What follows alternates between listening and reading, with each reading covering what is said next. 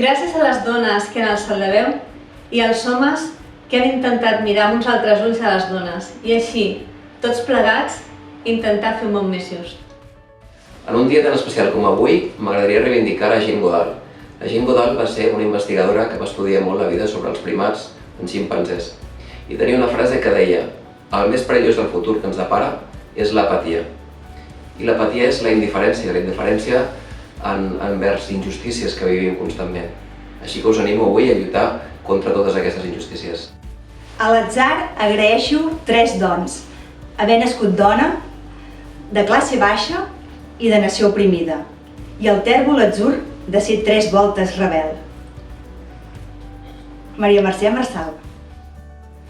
Sabies que les dones no van poder votar a Espanya fins al 1931, que fins al 75 no podíem obrir un compte bancari sense el permís del marit, o fins al 78 fer-nos el DNI? Juntes hem avançat cap a una societat més igualitària, però en realitat vivim en una societat de dobles veritats, una societat que ens defineix com a igualitària, però que en el fons encara ens queda molt masclista. Una dona sense un home és com un peix sense bicicleta.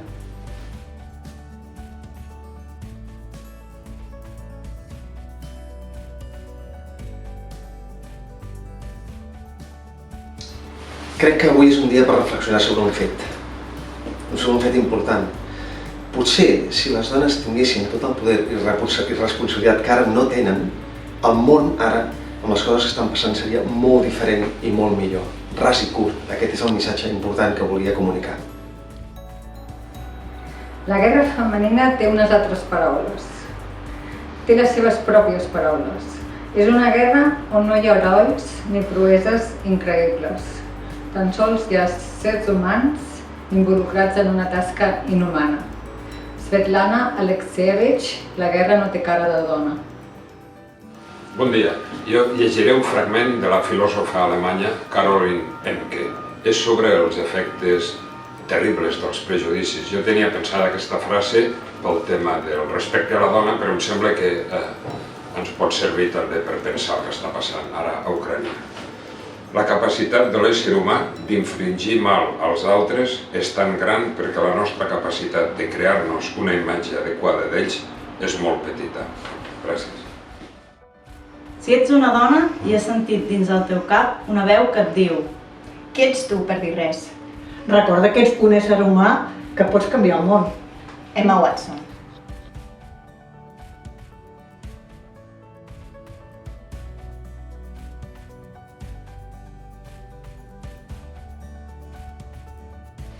Sabies que les ocupacions que han mostrat ser més rellevants durant la pandèmia són les més feminitzades? Personal de neteja, personal de residència de gent gran, personal farmacèutic i personal sanitari. Prop de 24.000 hores es dediquen a l'any a la cura de filles i fills i persones dependents. Aquestes tasques són realitzades en més d'un 80% per dones. El treball no remunerat de les dones és un motor ocult de 10 bilions d'anuals. El Dia Internacional de les Dones és una jornada de reivindicació per a la lluita dels drets, la igualtat d'oportunitats, l'equitat i la justícia. Les reivindicacions d'aquest dia són les de cada dia. La nostra lluita és constant. Lluitem per construir un canvi de paradigma, amb la mirada posada en la plena igualtat d'oportunitats entre dones i homes. La periodista i escriptora nord-americana Gloria Steinem, el 1934, va dir: les dones no seran iguals fora de casa mentre els homes no siguin iguals a dins. No desitjo que les dones tinguin poder sobre els homes, sinó sobre elles mateixes. Mary Wollstonecraft. Adaptación del poema Presentes de Gisela López. Las mujeres hemos venido convocadas por un sueño. Recorremos las plazas del mundo, transformando la realidad con nuestros caminares, en esta marcha por la vida.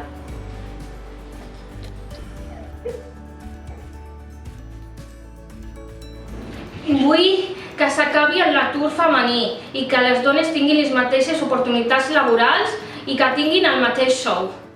Chers amis, n'oubliez jamais de vous battre pour qu'un jour, Il n'y a plus jamais de débat sur ce thème. Vull compartir-vos el nom d'Anna Duana, una dona poderosa, forta i excepcional. Considerada la primera dona música i molt probablement la primera dona astrònoma i matemàtica de la història, que va viure 26 segles abans d'una altra dona també important, que va ser Hipàtia. Dona havia de ser. Els estereotips i els prejudicis ens discriminen i atempten contra els drets humans. Sisplau, empatia. Les dones som la millor reserva de talent del món. Hillary Clinton.